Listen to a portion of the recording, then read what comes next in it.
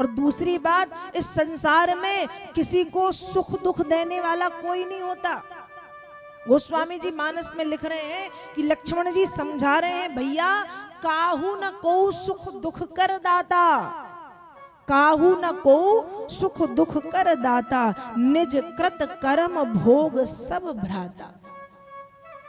इस दुनिया में कोई किसी को दुख देने वाला नहीं। आप यदि कहो कि हम अपने पड़ोसी के कारण, हम अपने बेटे के कारण, हम अपने पति के कारण, हम अपनी पत्नी के कारण, हम अपने रिश्तेदारों के कारण दुखी हैं, तो आपको दुखी करने वाले वो नहीं हैं। निज कृत कर्म, हम अपने कर्मों से दुखी हैं। क्यों दुखी हैं? हम अपने कर्मों से।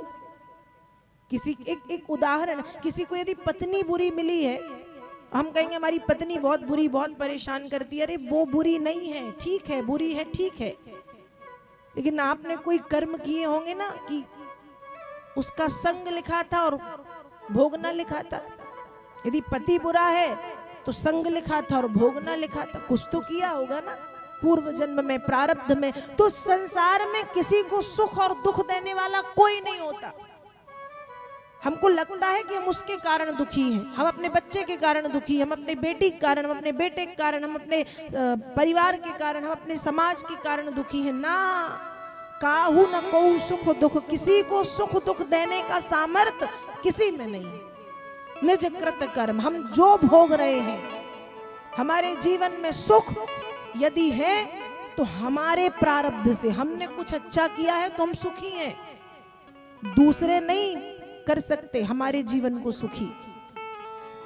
और यदि हमने कुछ गलत किया है तो हम दुखी हैं।